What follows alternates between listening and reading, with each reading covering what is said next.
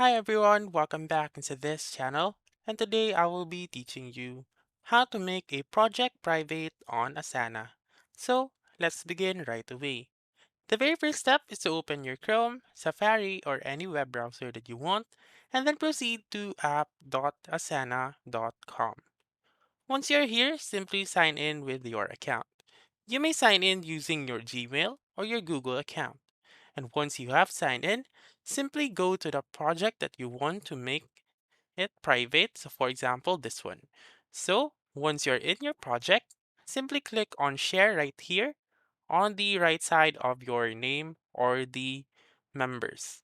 So, click on Share and then click on Make Private found on the bottom part of the screen. So, click Make Private, and then as you can see, now there is a lock button or logo, which indicates that your project now has been turned into private. So that's it.